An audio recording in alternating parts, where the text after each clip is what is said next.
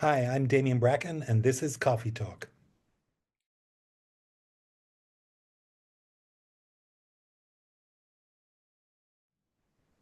Hi everyone, I'm Kim Perlak. I'm the chair of the guitar department at Berklee College of Music, and welcome to another Coffee Talk. Today we're joined as usual by our assistant chair, Sheryl Bailey. Hey Sheryl.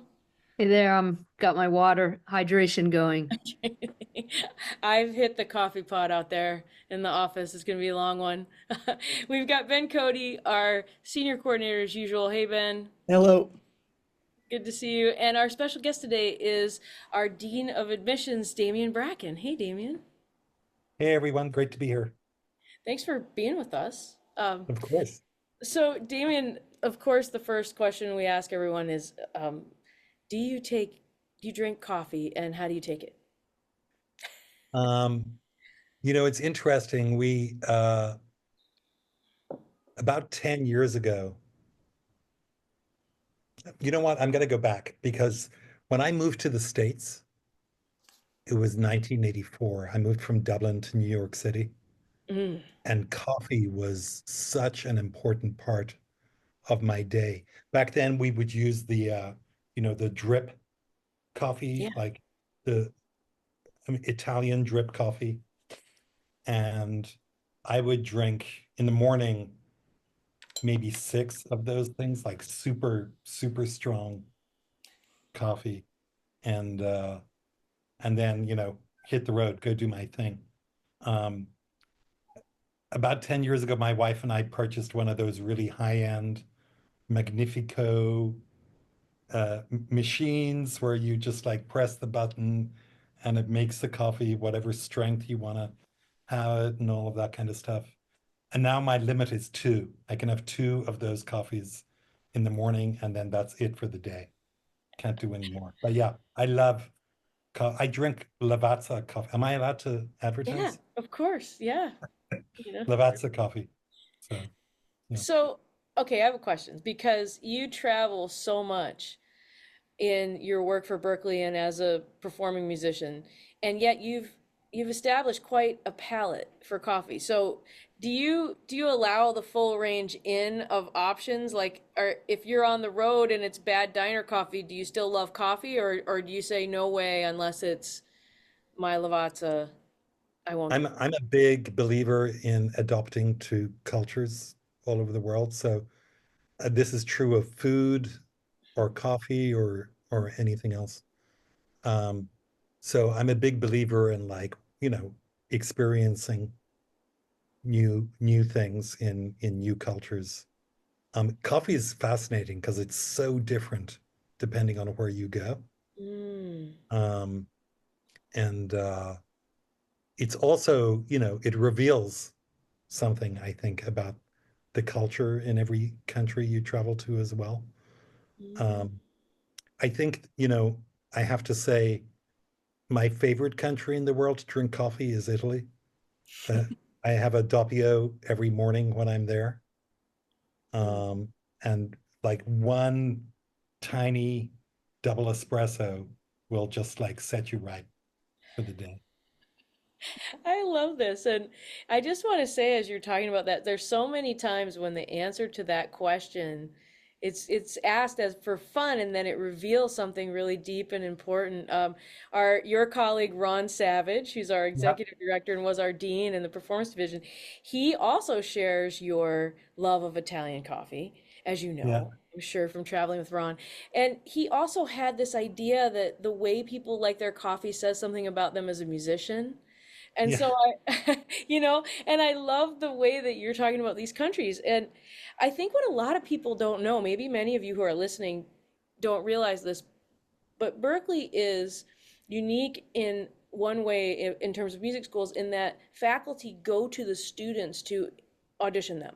We do have auditions here on campus, and people are welcome to do it. And also there's many countries.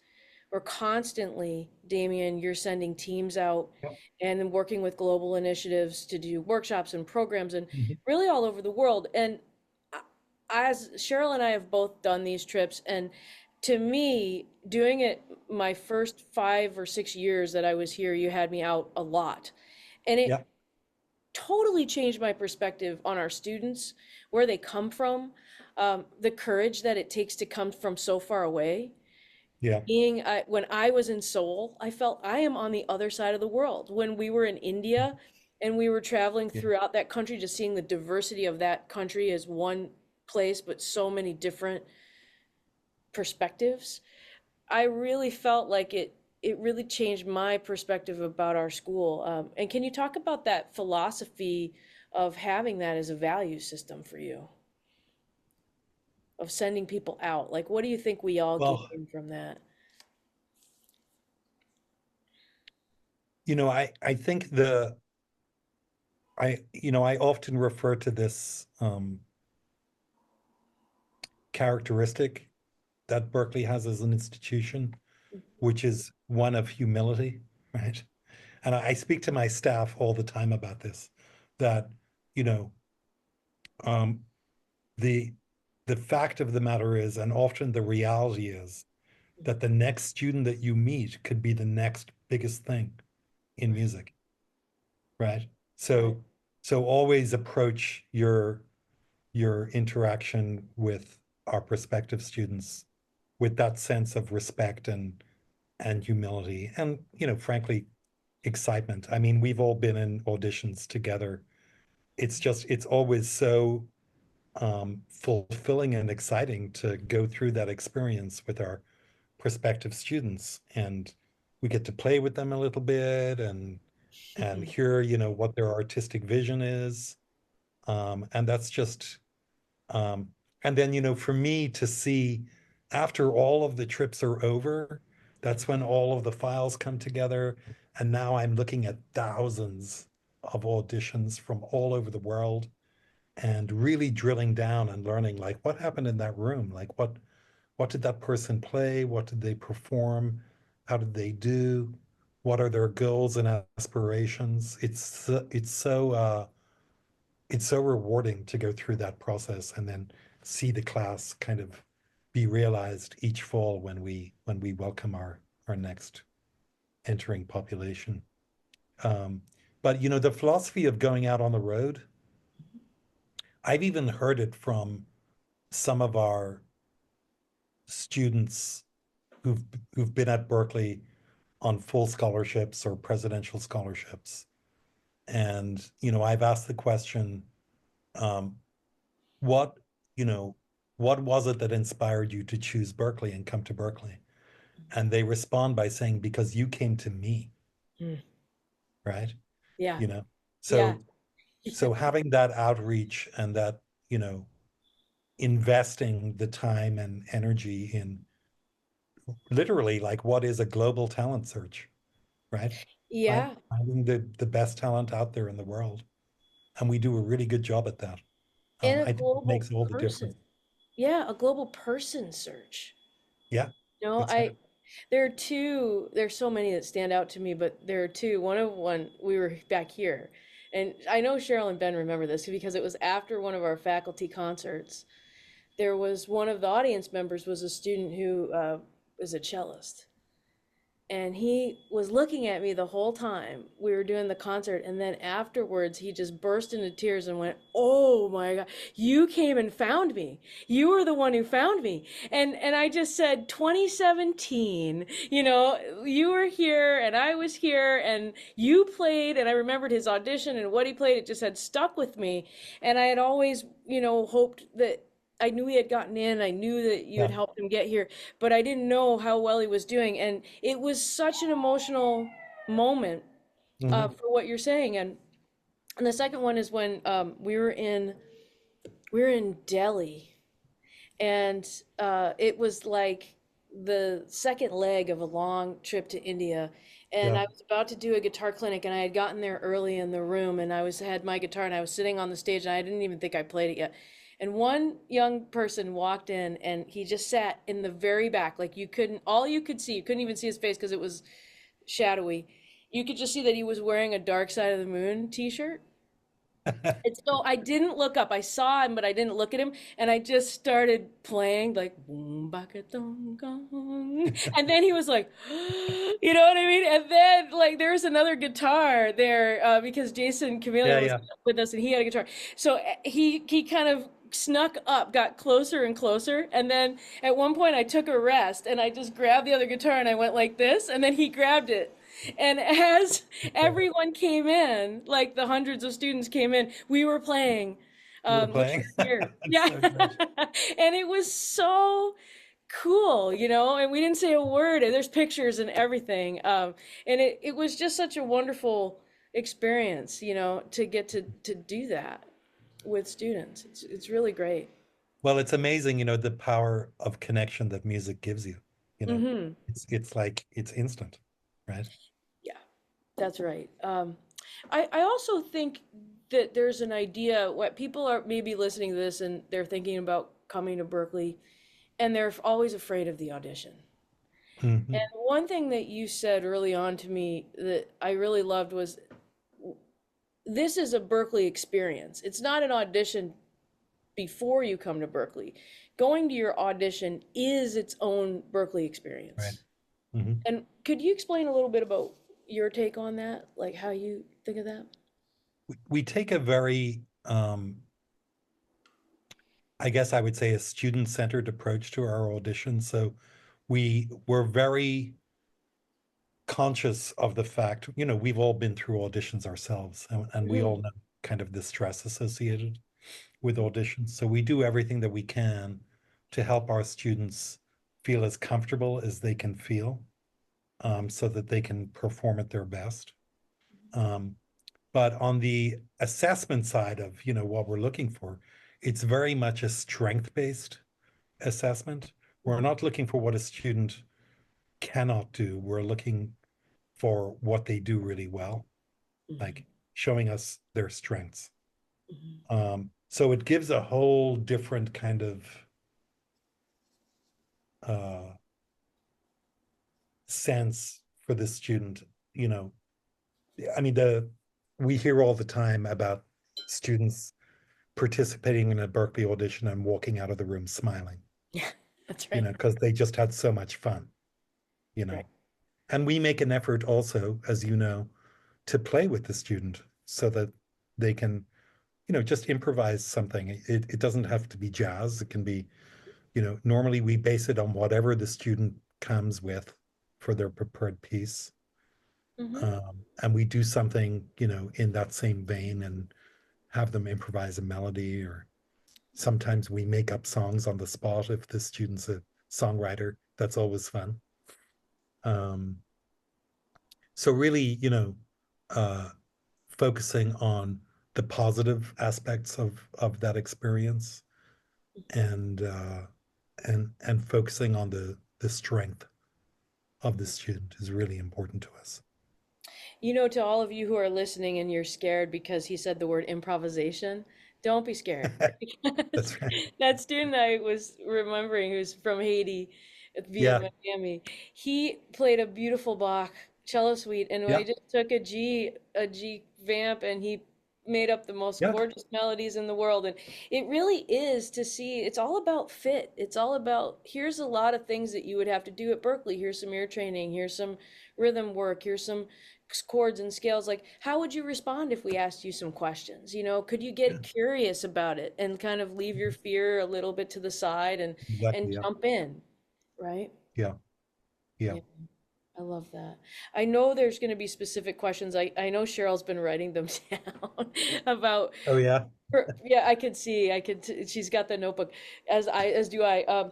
And before we get to the questions for the students that I'm sure they have on their minds about getting ready for this or playing a good audition, I want to touch on something you said, Damien. You said all of us have been through this, and so I wonder if you would share a little bit about um, your. We always ask people for first days at Berklee. You know, like what's your background that led you to be the dean of admissions? And because Sheryl and Ben and I know what it is, but tell us what stands out to you. You know. Very circuitous in my case. So I was living in New York City and I was a working musician. I worked in this little studio in Long Island as an arranger and producer. Mm. And so I was doing a lot of writing. And my girlfriend at the time, who's been my wife for many years, she wants to come to Boston for the summer and take some courses at the Boston Architectural Center and asked me if I wanted to join her. And I was like, yeah, sure, I can make that work. I just need to find a piano because I used that was my way of composing and writing. I sat at the piano, hand wrote, scores. Um, and that's how I ended up at Berklee because I was looking for access to a piano. Mm. And I took a part-time job at Berklee so that I could get access to the piano rooms. Um, and then I really started to get a sense of what this place was because it was amazing for me. I went to a very traditional conservatory for piano studies, studied classical piano. And Mm. then I studied composition at university at Trinity College in Mhm. Dublin. Very kind of academic, a great, great program, but nothing like what you see at Berklee. And I remember how disappointed I was when Mm. I discovered Berklee because I realized, I've always been, a serious classically trained pianist and composer, but also I'm the lead singer in a rock band, Mhm. and I love to write songs. Um, I've written film scores for movies. I've done theater, incidental music for theater. I've done a lot of different things. So Berklee would have been the perfect place for me to be. I just didn't know about it. And by the time I got here in 1986, I had my graduate degree already. So um, I took a one, I took a really great course, Intro to Film Scoring. Mhm. Um, one day I showed up for the course. It was on the second floor of the 1140 building, and Eric Riesner was the instructor. And I showed up a little bit early for class. And there was this older gentleman speaking to Eric. And I was like, oh, I'll wait outside. I'm sorry. And Eric said, no, no, no, come on in. I want you to meet John Williams.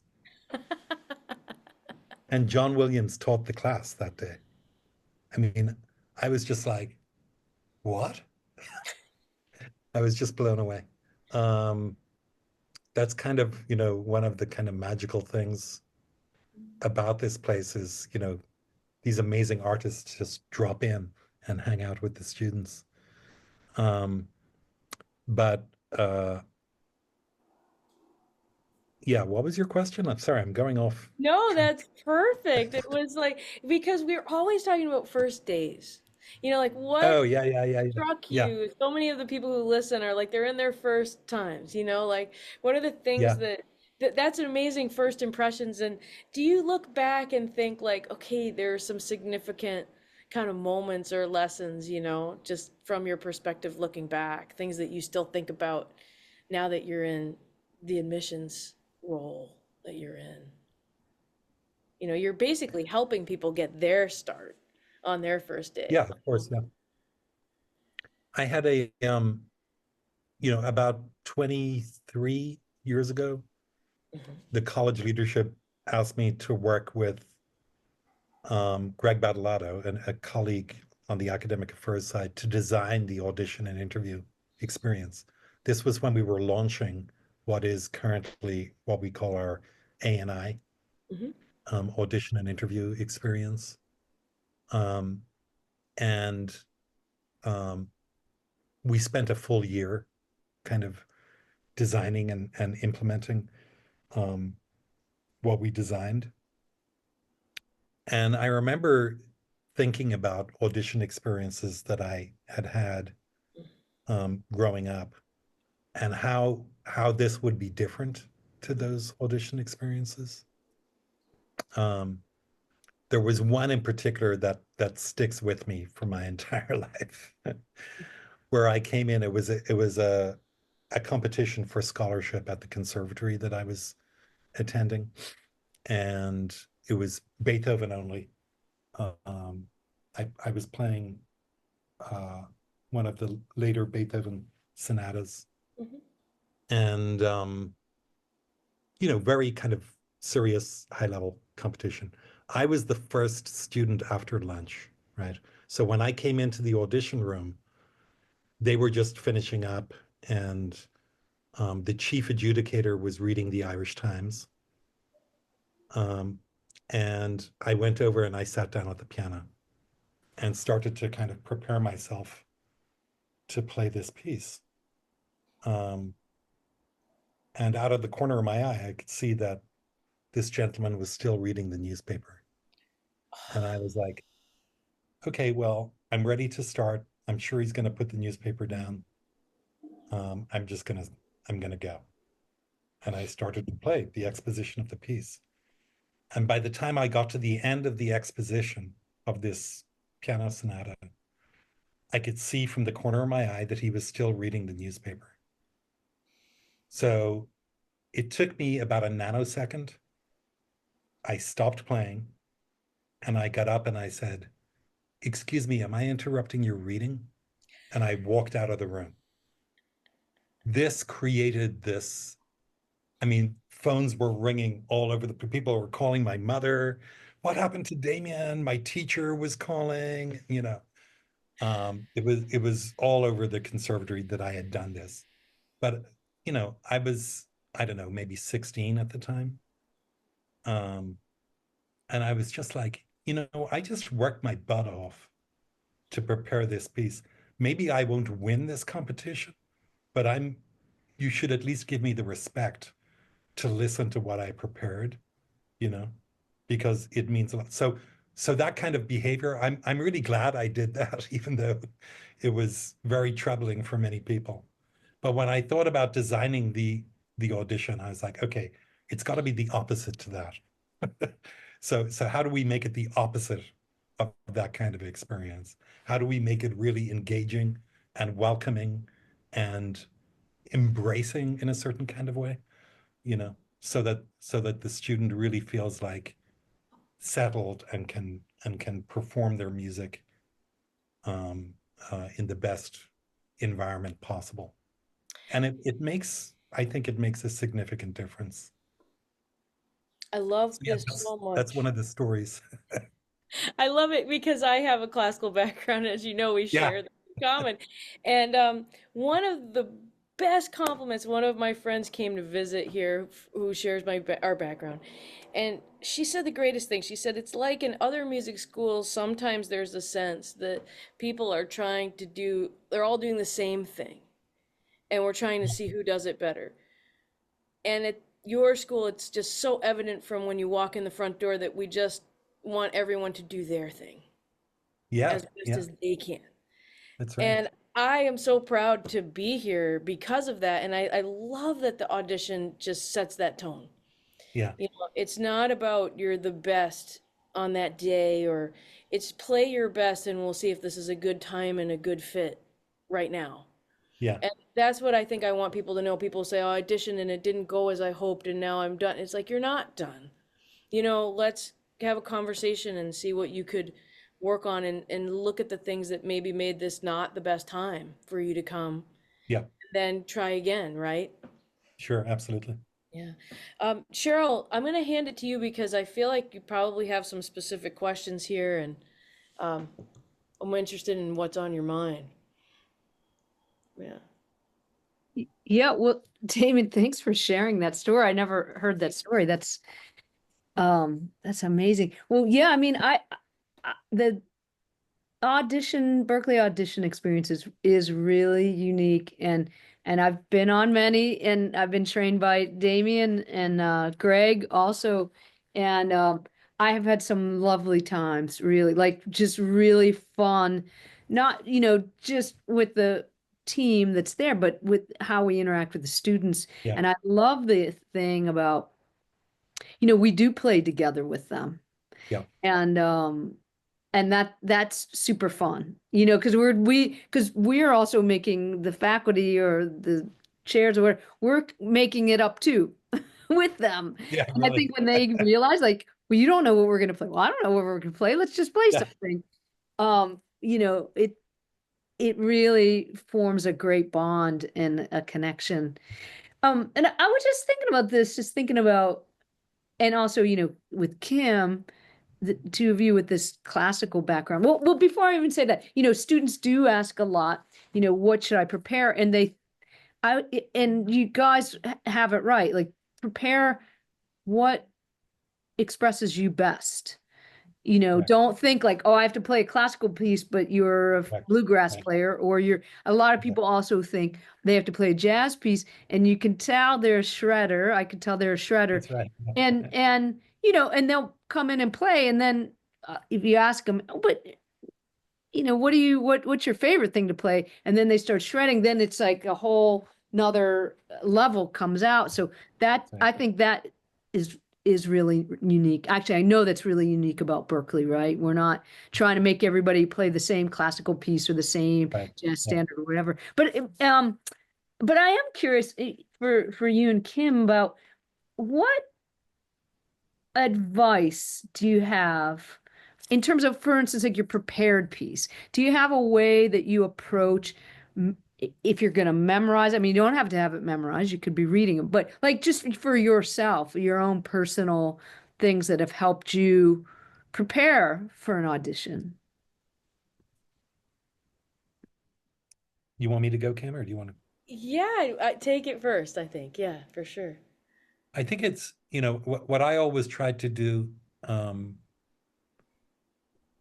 was internalize the music um, in as, you should be able to hear the music in your head before you start playing it, and keep ahead of the music as you play it. And that takes some practice. Obviously you have to master the piece technically before you can even get there.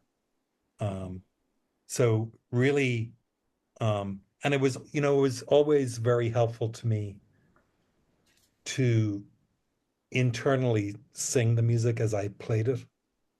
Um, uh, because it takes you, for me at least it did, it took me further inside the music, so that I really felt part of what I was um, what I was doing in executing on the piece. Um, you can really tell when we've all been in auditions where we see that the musician hasn't made that connection yet to the music. They may have it like technically perfect, you know, but you know, the music isn't there. You know, the emotion that the music should be conveying isn't there yet. So it's a broad instruction, but for me, it's internalizing the music and having it very much. You should be able to visualize and sing through any piece of music that you can perform away from your instrument. You know, Yeah. you should be able to do that. Kim? I agree. And I think it's also understanding that no matter what style you're playing, we're listening to you. We're listening Mhm. to how you execute what you want to do.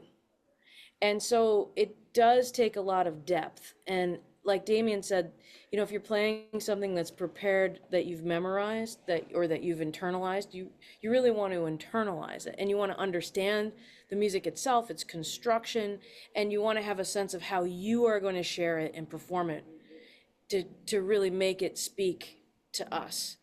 We're looking at your Mhm. facility, we're looking at can you kind of nail down what you want to do on that day? And if you come in nervous, can you adjust? So maybe you've been practicing at like super fast tempo and you're really nervous. Can you say, okay, today, this is how I'm going to play it so that it's effective? Because we're not really judging you next to anyone else. We're just listening to you as a musician play Right. this piece that you chose. And I think that if you're an improviser, the same thing is true with how you know, if you're a guitarist, how you know your fretboard, how you know your instrument. Because Mhm. this idea of you know, when, yes, when we're improvising, we're having experience in real time and we're sort of in it together, but we're not in it together with no foundation, right? Like that's what we're hearing is what you've been practicing. So I said a thing years ago that I kind of like, that I kept saying, you have to go deep to be free. And so Uh, we're listening to the depth that you take. My former student used to have, I think it was a Woody Guthrie quote. It says, "Take it easy, but take it." It might be Pete Seeger. It's one of those great wise folk musicians from American roots. You know, like you gotta really come in prepared, right? yeah, And that yeah, means just as best you can know your instrument, as best you can internalize the piece that you're going to play. And then that will help you be confident and open to do some of the things that are unexpected. That's what I would say. What about you, Cheryl? What do you say to people? yeah. Well, um, sometimes, for instance, if it's a solo guitar piece, because I've done this for myself. I remember making that a new Promise record. I had some solo pieces, and you got to kind of go in and do it. You don't have a lot of takes, but so I use the same process where when finally feel like I have it under my fingers, then I try to practice it from that performance point of view and put myself like I'm visualizing. So, for instance, if I was someone's going to play a Wes Montgomery piece, I would say, pretend you got called to be part of the Wes Montgomery tribute at Carnegie Hall, Mhm. and like you're there to show honor, and all the colleagues are there, and everybody's bringing that. So you're ready. Now, if you're at that point, you've got it under your hand, you got it memorized. Just sit for a few minutes and concentrate on how, for instance, Wes Montgomery, how you want emotionally to connect with that.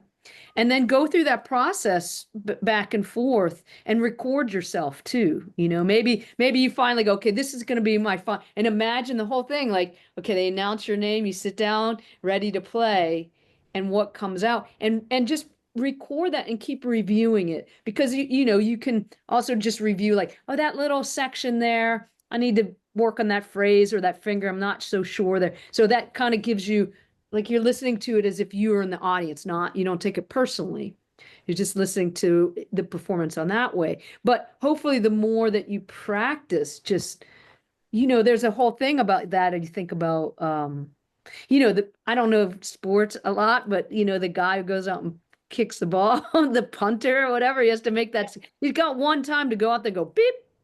So those people practice that, like going out and just beep and nailing, and then they take a break, like because it's a mindset to just go in there and go, I'm going to do this like that. So I think it's important to practice that, not over practice, because you want that freshness and to be able to kind of call up that ability to sit down and do it. So I think but you go through that process of reviewing it, listening, and then just visualizing the whole. I would often say when I was a kid, I'm going to play this piece so beautifully that the meanest person would just weep with joy. Like I'm just going to try to embody that like every note, but that's kind of a playful thing to think about, but it's really helps you practice getting in that zone to do the performance. So, I love this because I think also what you're both saying and what I believe too is that when you're playing for people, especially in an audition type situation, they're looking for how you're going to be as a professional because you don't think about it this way because you're trying to get into the school that you want to be in. We really see you as a person who's going to be working with us. That's how we see you. And so we're just looking like, what are your instincts? And Mhm. so if you practice recording yourself, that's like practicing a performance situation because the second you hit that record button, we all know what happens, right? You feel more on the spot. You feel like you have to execute. What if you did that with the way you practice your scales? What if you do that with the way you practice your chords? Everything, because if you're in a film score session later or you're in a rehearsal later, someone is going to put something in front of you and you might want to know how to do that. If you want to come to music school, we have tons of resources that are published. A bunch of them are free on the guitar department YouTube, on our social media. We share things. We also have books through Berklee Press. Berklee Beginning Guitar, which is Berklee Beginning Guitar. It's not beginning guitar. It's really like our foundational guitar. We have Berklee Guitar Theory, which is our curriculum book. Get that. Do your homework. Look through it so that when you come in, you could say, I'm not as familiar with reading as I'd like to be. And you've done some preliminary work so that you can really hit that ground running. If you come to an audition and you're as prepared as you could possibly be by grabbing resources, then we're seeing that, okay, this is a person who's ready to come and really hit the ground running and get a lot out of the experience. Because Damien, I would also imagine that you know the rigor of an education, and you know the investment that people make, Yeah, and so right. you must feel really bound by your value system to say, like, we really have to pick the people not just who have the best potential, but who Absolutely. we know can be successful and hit the ground running when they get here. Absolutely. It's important to look for, I mean, part of the process we're going through, particularly with the ear training stuff that we do, right? And the like we uh, in the audition, we'll play some melodies and ask you to play them back to us. Mhm. Um, or in some cases, sing them back to us, or in some cases, both. Sing this, okay, now play it on your instrument. Um, and so it's your ability to listen and hear and respond tells us a lot about what kind of student you'll end up being, you know? So it's worthwhile um, practicing that a little bit, you know? Um, you can practice ear training with no equipment at all. Think of a song you love and say, okay, what key is that in? Um, what notes are in the melody? What are those chords? That's that's ear training. You can do that yourself without You any could resources at all. you could take your guitar if you're a guitarist afterwards, and you could say, where would I find that melody on the fretboard? Yeah, Could I find it in right. multiple places? What if you took your Yeah. guitar every day and you just laid it down and you memorized where the notes were, and then you drew the guitar neck on a piece of paper and wrote them all in? What if you did that? Every scale, what if you learned those note names and then, Mhm. read a little bit, well, I wonder what that means. Like, is there some music theory that's accessible? And there's a lot of resources from Berklee out there that are free that you could Yep. access. Yeah, I think that's right. To be prepared, I think is good. And if you have already had a good experience, say you've come to a summer program, you got a lot of like support from your faculty and the directors of the program. When you go to your audition, you still have to be your best. You still have to be Hmm. prepared for that. Because that's another thing we're saying, like, we want you to be able to come in and do the best that you can so that you're ready to take on the things that will bring you to the next level. So I think those general things. Are there any other things that come to your mind in terms of preparation that you can think of? I think it's important to have the intention of having fun. I know that sounds really strange, maybe to some people, Yeah. but think about it. This is music. Mm. It's music, right? Yeah. So, and we're all driven by a passion for music. So choose a piece you love Mm-hmm. and really show your interpretation and expression of that piece. And it'll bring you joy. It'll bring us joy in the audition room to hear you do that. Yeah. What about the interview? What do you think? Like, what really lights you up when you're talking to a student in an interview? The interview is really focused on what your motivations are in terms of why you feel that Berkeley might be a good fit for you Mm. and where you want to take your career, for want of a better word, because not everybody at 17 or 18 years of age knows what their career will be down the road. I certainly couldn't have told you what my career would be. Um, uh, so it's not that we expect you to know exactly what your career would be, but we just want to have a conversation with you about what you aspire to, you Mm-hmm. know?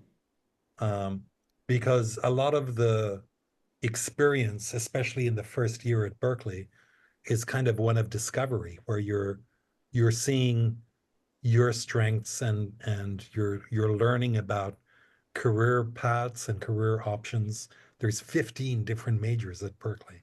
So there's a lot to absorb there. Um, and there's a lot to learn. So that's why we bring students in undeclared. Mm-hmm. And we don't ask you to choose your major until you've spent an entire year with us. And there's real value to that. Um, uh, you know, the other thing that's important in the interview is what kind of community you aspire to be in, Yeah. right? Like who, right? So this is an incredibly diverse and inspiring community with, I think we're up to 110 countries represented in our student body Right. now, and virtually every state in the US and and every color and creed that you can think of. So, and we love that. We love difference, you know, because difference is what you learn from, right? You know. Um, and so we're looking for kind of, hey, what will you bring to Berklee? You know, what how will you contribute as a student to Berklee? And it's worthwhile to kind of think about that in advance because it's really quite a difficult question when you think about it. Um, but think about your strengths and your aspirations and your vision for your future self and talk about that in the interview. We're really trying to get to know you as an artist. Um, this is the perfect segue, Damien. Thank you for that. It's really beautiful. And um, Ben has a question that he asks everyone. And I think, once again, it's the perfect setup. Ben, do you want to jump in here? Yeah. Yes. What is a question that you think students should be asking that they're not thinking of?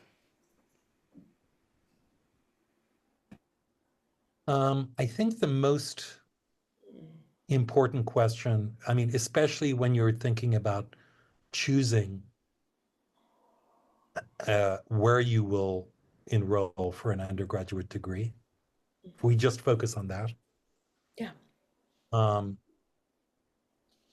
it's really about how good a fit is Berklee for you, right? And that will generate the questions that are important to you. Well, I want to be in this kind of community. I want to play this kind of music. I want to be, um, these are the kinds of things that motivate me and inspire me. And look for those at whatever college you end up enrolling in.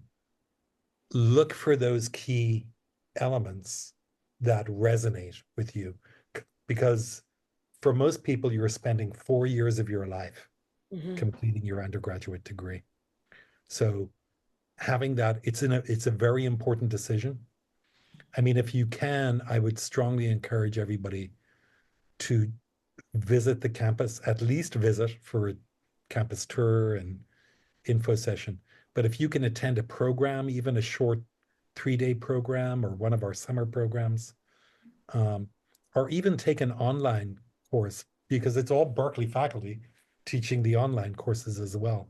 It will give you a sense of who we are, you know, and making sure that that resonates with you as a musician, I think is critical. Mm. Damien, as you watch people, you see all of their information coming in, and then as they go through the program and then they leave and they go on to have their life. Are you often surprised by what people do? Are you often like affirmed by what they do? You ever have those moments where you're like, oh, I could see that the moment you walked in the door that you'd end up, being on stage or being in a film or being, do you have those moments, and are there some that really surprise you? Yeah, I mean it's one of the most rewarding. I've been at Berkeley for 38 years now. So I've recruited students, I've watched those students graduate, I've shook their hand, on the graduation stage and watched them go on to careers. There was a moment, I think it was like 2 or maybe even 3 years ago, where I was reading the list of Grammy nominations and I realized that 17 of the names were people that I recruited that I knew when they were like 15, 16 years of age. Mm. And it was just like very revealing to me. It's like, wow, okay, so maybe we're doing something right. But I also discover alumni um, in all corners of the industry. It's not just about Grammys. Mhm. Um, sometimes it's about people doing really incredible educational programs, starting their own school and giving back to their community. You know, um, sometimes it's about students that take leading roles at major record labels. You know, um, that there's no way to predict that outcome when you're meeting students for the first time and recruiting them to the college, but it's so rewarding to see it. You know. You spoke a lot about community and asking students to think about what kind of community do you want to be a part of. And that's something Cheryl and Ben and John and I think about a lot here in the guitar office. Like, does it mean to be a Berklee guitarist in the world? Hmm. What do we want our reputation to be? And we want it to be a diverse, supportive community from beginning to end. We Hmm. love to take the competition element away from it unless it's that drive that you feel internally to be great. Um, and I wonder for you, having said everything you did, what is your hope for students who go out? Like, what kind of community do you hope to see Berklee graduates create in the professional world? um Fearless comes to mind. Because I think that there's the industry is developing at a rapid pace. And we know that there's opportunities out in the industry that don't exist today that will exist in the future. So having that, I think this is something that Berklee teaches students really well. Mhm, Adaptability, mhm. um, you know, uh, the in the broader sense, improvisation, being able to adjust to a situation, um, and having the fearlessness to say yes to every gig, even though I'll never forget like being offered an opportunity to score an anime movie once. I'd never done it before. And I was just like, yeah, absolutely. I can do that. No, Well, guess also, I better go figure that out. but you also had a really deep foundation, I which did I have a think deep foundation. Berklee does give you. That's the idea, right? That your foundation is so deep that you can be fearless and Right. adaptable. Yeah, amazing. Um, Damien, thank you so much for being with us. Great Cheryl, job. as we're kind of wrapping up our coffee here or your water, what's on your mind as we're wrapping up? Yeah, well, Damien, always great to connect with you in 3D or Zoom. It's always Yeah. great. And yeah, it's really amazing what you've developed this way that we meet our new students and welcome our new students. And it really is it is a special thing. And really, Berkeley is a special place in that way that we are encouraging everyone to be their best, to be themselves and be the best, and that we're committed to, yeah, going out in the world and bringing everybody together because that when you go in your career, people that you met at Berkeley, I remember having some friends when I was a student here, I had a friend, we would always play duo, a Japanese student, Japanese friend. And, after we graduated, I said, oh, I don't know when I'll see you again. And then 2 years later, I was on my first tour to Japan. Like it was just like I didn't see that coming, but then I was like, "Hey, are you around?" So we're making, what you're doing is making this way that we connect and make friends Yeah. professionally, musically, all around the world. So I think that's cool. So thanks for joining us and talking about a little behind the scenes to all of that. My pleasure. Great conversation. Thank you. Hey, Ben, what do you have on your mind at the end here? I mean, I can just attest to. I vaguely remember my audition to get into Berklee, and this was a while ago now. But I remember being just so nervous. I mean, understandably going in, and then in the middle of it, I had this moment where it's like, this is actually kind of fun. It was very comfortable, and I mean, at the time, I didn't know the teachers that well, but looking back, I'm pretty sure that it was actually Professor Tim Miller was the one that gave me the audition. But I just remember just how welcoming and just comfortable the whole process felt, which was really amazing. Yeah, that's great. Damien, do you have any last words of wisdom here for everybody? I would just say to anybody listening in, keep music at the center of your life. It's a really powerful force, and it can bring positive change to the world. And regardless of whether you go to Berklee or elsewhere, um, make sure that you keep music in your life because um, there's incredible positive value Mm, to music. I love it. I hope this encourages everybody. If you're thinking of coming as a prospective student, please take the chance, and develop your music as best you can wherever it takes you. And if you're an alum, check in with us. And if you're farther down the line in your life and you think you want to come back around to school, come hang with us at Berklee Online. It'd be great to have you.